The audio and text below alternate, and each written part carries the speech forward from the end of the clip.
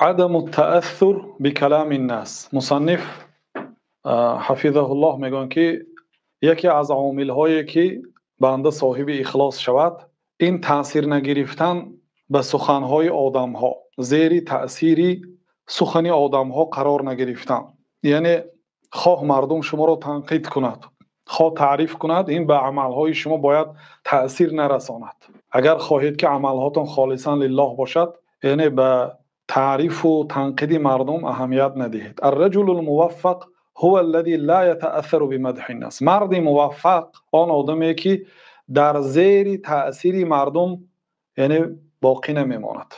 تأثیر مردم به او، یعنی مدح مردم، تعریفات مردم به او تأثیر نمیکنه. فاذا اثنوا علیه خیرا ان فعل طاعتا لم یزد ذلك الا تواضعا و خشیة من الله. اگر مردم او را تعریف کنند، ستایش کنند، وقتی که طاعت میکند، کاری خیر کند و مردم او را تعریف کنند، این فقط خاکساری او را زیاد میکند و گشته ترس الله تعالی را زیاد میکند. چون بعضی از علمای گذشتگان وقتی که مردم به عملهای صالحشان تعریف میکردن میترسیدن که عملی صالح من از دست رفت به سبب تعریف مردم. مردم سلام میگن، تعریف میکنن، ماشاءالله فلان عمل را کردید، فلان عمل را کردید، یعنی میترسیدن که ثواب همون عملم از دست نرود. و ایقن ان مدح الناس له فتنه. آدمی با توفیق انیق میداند که تعریف های مردم برای او فتنه است، یعنی بلا و امتحان است. فدعا ربه ان ینجیه من هذه الفتنه. پس دعا میکنند که پروردگارا مرا از این فتنه نگه دار که در زیر تعریف فتنه مردم باز گمراه نشوم. فلیس احد ینفع مدحه و یضر ذمه الا الله تعالی. یگان آدم فایدهش، یگان شخص تعریفش فایده نمیتید و تنقید و مذمت یگان کس ضرر نمیرساند غیر الله تعالی. الله تعریف کند فایده دارد، الله تنقید کند ضرر دارد. اما از آن مردم برای تعریف مردم و برای تنقید مردم اهمیت ندهند. خب مصنف حفظه الله میگه که فانزل الناس منزلة اصحاب القبور في عدم جلب النفع لك و دفع الضر عنك. مردم را مانند اصحاب قبر پندار. چنان فکر کن که مردم از دنیا رفتند. در چی چنان فکر کن؟ در عدم جلب نفع. اونها برای تو یگان فایده آورده نمیتونن و یگان ضرری که به سرت آمد دفع کرده نمیتونن ضرر را. بنابراین به خاطر مردم عملهایت را اینجا انجام نده. این وسیله هایی که سبب هایی که مصنف ذکر میکنن برای پیدا کردن اخلاص است. در زیر شرح درس سیوم کسی نوشته است که ما از شما دیگر چیز منتظر بودیم و سخنهای بی منطق را گفته استاد آیدی اخلاص گفته است.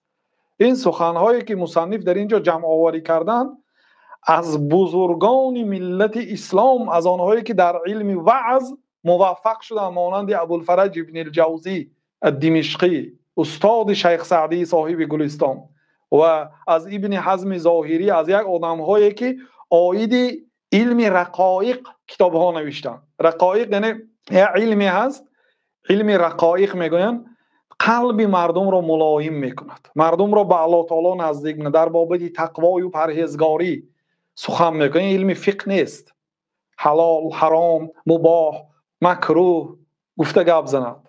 فهمیدید؟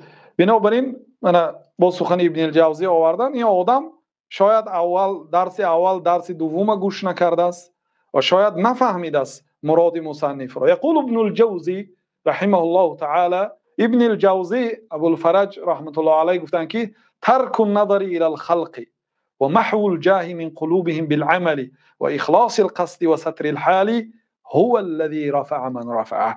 ترک نظر به خلق این عملی تو به مردم معقول شد یا نه، به مردم کاردار نشو. تو مادامی که یک عملی را انجام داده ایستاده که الله تو را امر کرده است، پیغمبر صلی الله علیه و سلم تو را امر کرده، یعنی عملت عملی شرعی هست، خب اون عمل رو باید به خاطر الله کنی، خالصا لله اجرا کنی. پس به مردم چی نگاه میکنی؟ مردم چی میگوین چی نمیگوین برای چی نگاه میکنی؟ ترک کن نظر کردن به خلق را و آبرو را در قلب مردم منتظر نشو به سبب عملی صالح، خواه خیر و سخاوت باشد، خواه عبادت و طاعات باشد، خواه تعلیم علم و دعوت به سوی الله باشد. از قلب مردم به سبب عمل آبرو پیدا کردن رو نیت نکن و در عملهایت اخلاص کن، نیت خالص کن و ستر الحال، عملهای صالح رو از مردم پنهان کن. این است عملی که رفع من رفع، بالا برداشت قدر آنهایی که قدرشان بالا شد. یعنی که همین عملها سبب شد که اون آدمهایی که مرتبهشان بلند شد طبق همین گفته ها عمل کرد. گفتن